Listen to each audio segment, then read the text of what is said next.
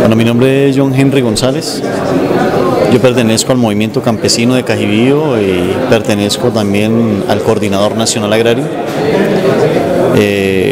Pues yo soy dentro de mi organización el responsable del área de derechos humanos y del eje agroambiental, y estamos acá en este espacio que se ha generado a raíz de los conflictos que hay en el Cauca entre campesinos indígenas y afros, o incluso entre las mismas organizaciones campesinas.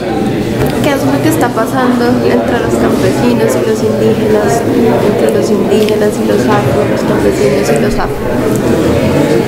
Bueno, lo que viene sucediendo últimamente es que, digamos, los pueblos indígenas empiezan a querer ampliar sus resguardos. Eso pues lo vienen haciendo ellos hace mucho rato, pero lo venían haciendo más alrededor de las fincas, de los terratenientes, y digamos en este caso ya las fincas grandes se han ido terminando, pero ellos siguen queriendo ampliar, y esto los ha llevado a afectar fincas de campesinos o fincas también que los campesinos hemos estado requiriendo para procesos de reforma agraria. Digamos, la política nacional, la política del gobierno nacional, digamos, si la comparamos en cifras, es una política que ha beneficiado mucho más a los indígenas que a los mismos campesinos en el caso del Cauca. Un ejemplo de esto: en el 2010 en el Cauca para campesinos se dieron solamente 50 hectáreas y para los indígenas pasaba de 2.000, 3.000 hectáreas. Eso entonces, digamos, marca digamos, una diferencia muy grande.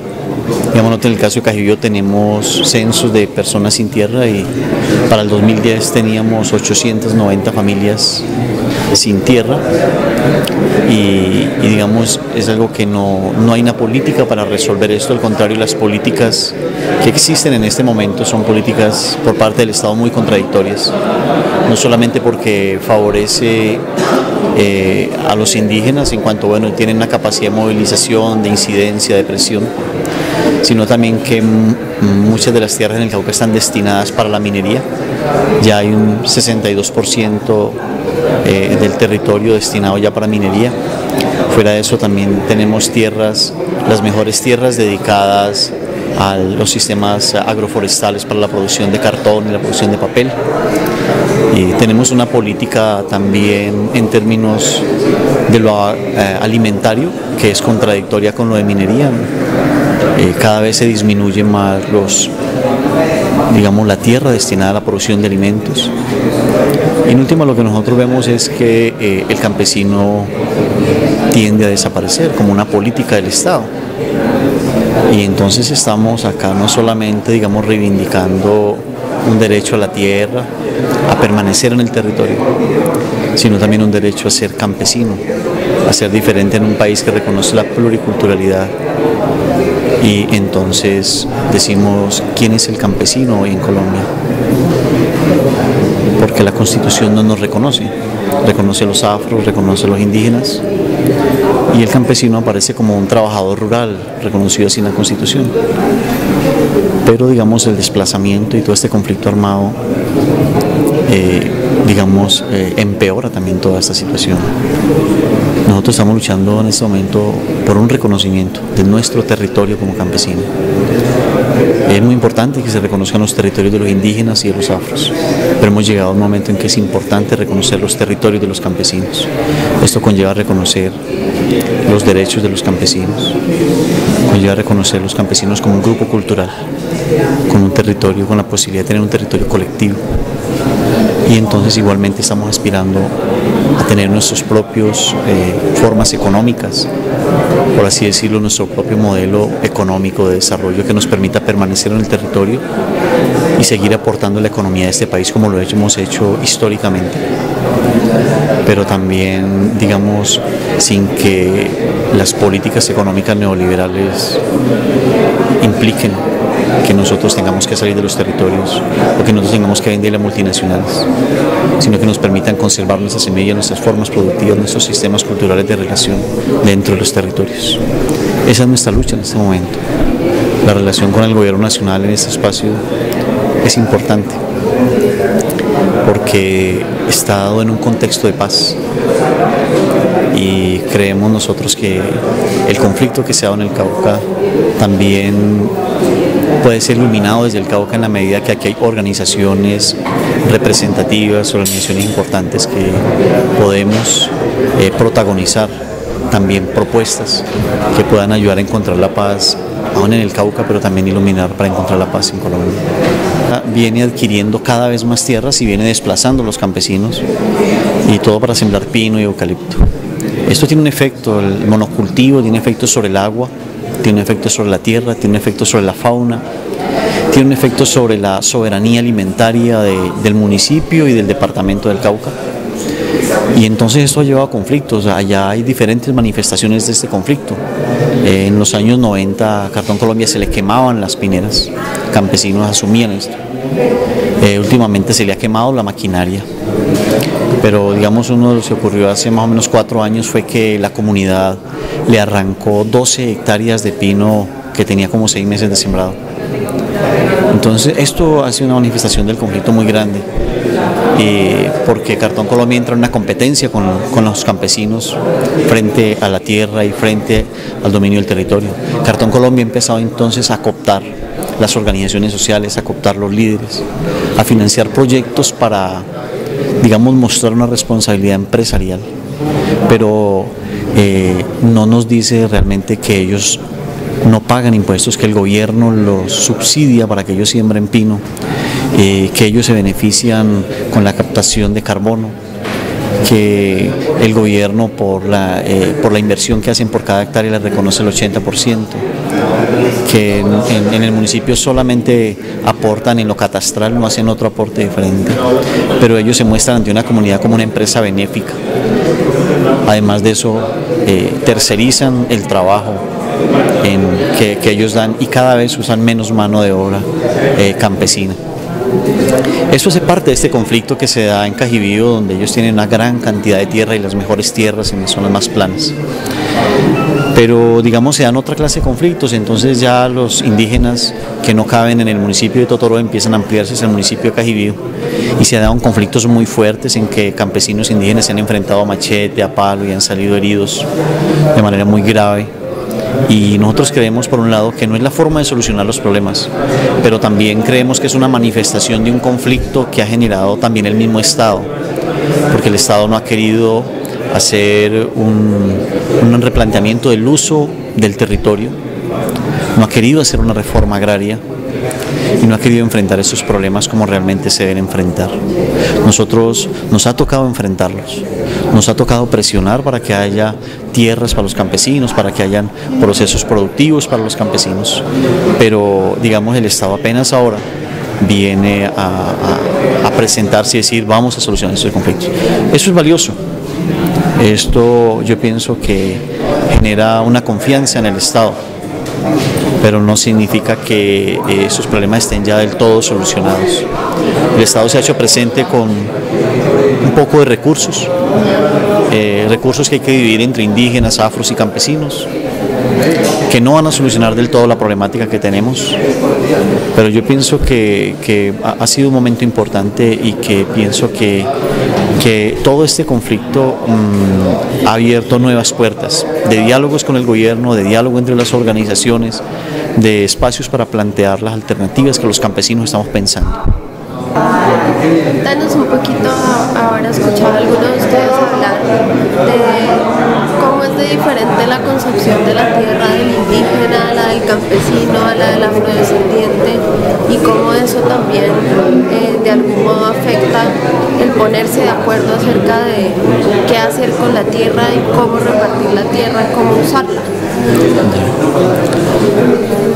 La visión sobre la tierra, digamos, para los campesinos ha ido cambiando. En los años 60 era la lucha por la tierra y había una consigna: la tierra para el que la trabaja. Esta consigna y esta concepción de la tierra ha durado hasta finales del siglo XX.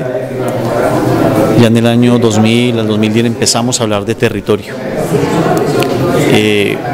Esto es importante porque esto ya nos da una visión más colectiva, que el campesino como tal, digamos, nos han enseñado una metodología bastante individualista, aunque las costumbres y la cultura campesina no lo es así.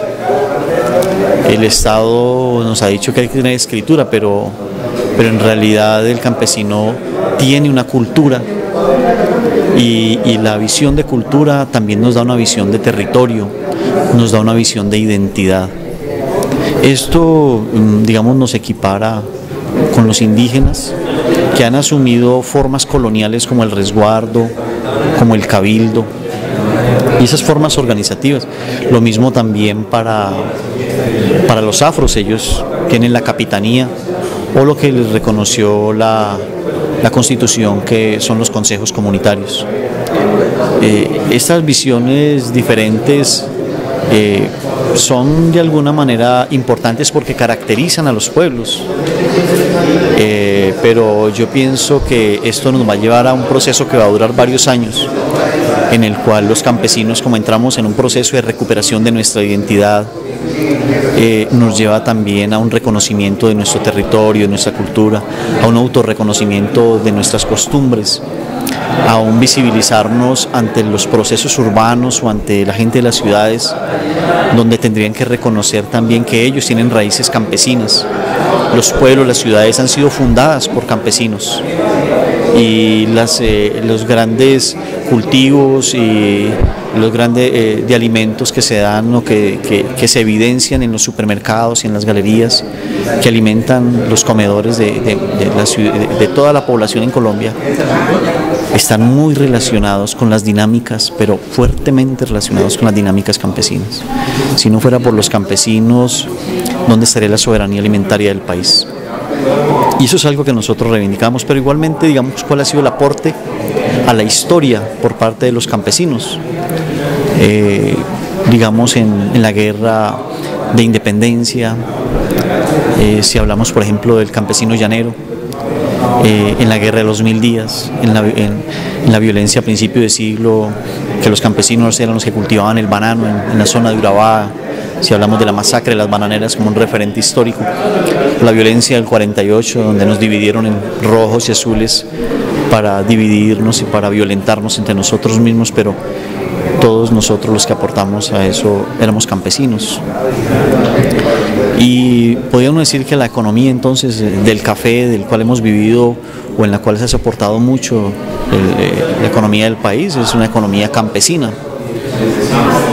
Uno podría decir que la música, la cultura nuestra es una cultura, la cultura colombiana es más campesina. Eso nos lleva a que, digamos, muchas de estas cosas que uno podría seguir reivindicando y recordándole al país, nos dice que somos un país que tiene una cultura que debe reconocer, que debe mirar hacia atrás, y no porque ahora tengamos en manos mucha tecnología podamos creernos que no somos de allá. Nuestros abuelos, nuestros bisabuelos, nuestros ancestros, porque nosotros también tenemos nuestros ancestros, vienen de una cultura, de una relación con el campo, de una relación con el sol, con el agua, con la luna, para los cultivos. Esto nos da una identidad y nos da una visión del territorio, nos da un uso del suelo, que yo pienso que ha estado marcado mucho por una visión del cristianismo, que ha estado marcado mucho por una visión también capitalista, pero que en el fondo nuestro también hay visiones acerca de cosas mucho más sociales, y que eso también nos tiene que llenar a nosotros de orgullo para reivindicarnos como tales. Eso es lo que ha aparecido acá, en estos espacios, a la hora de tener una mesa campesina y empezar a mirar cuáles son los conflictos que hay, que hacen parte como de la caracterización del ser campesino. Esos conflictos hacen parte también de eso, de empezar a distinguirnos de los indígenas, de distinguirnos de los afros. Este conflicto ha ayudado también en ese sentido. Y seguramente ha ido clarificando a muchos funcionarios del Estado, al gobierno mismo, que, digamos, se hace necesario empezar a construir un nuevo sujeto en el país, por lo tanto, unos nuevos derechos para quienes nos identificamos como campesinos. A ir cerrando, cuéntanos cómo ha sido este espacio de diálogo y negociación con funcionarios del gobierno, del CODER, cómo ha sido pues sentarse a negociar este tipo de cosas tan delicadas. Los diálogos con los funcionarios, digamos, pienso que parte de dos cosas que para mí son claves. Una es que el Estado ha reconocido que es causante de unos conflictos, que el Estado es responsable de unos derechos que tiene por constitución que reconocerle a la comunidad. Entonces el Estado se reconoce a sí mismo y ese es un paso muy importante. Se reconoce a sí mismo en este conflicto. Pero hay otro, y es que en el Cauca se encuentra con sujetos sociales que tienen un protagonismo, que tienen una identidad, que tienen un carácter, y eso marca una diferencia en la relación con cualquier otro sujeto en el país. Nosotros nos hemos encontrado con gente desamparada en el sentido de que no hay una organización social que lo represente, y esto es fácil encontrarlo en varias zonas de Colombia. En el Cauca hay unos sujetos sociales muy importantes, indígenas, afros, campesinos, y que ya tenemos como un legado histórico de relación con el Estado, a veces de hablar muy fuerte, a veces de hacerles caer en cuenta de cuál es la responsabilidad del Estado.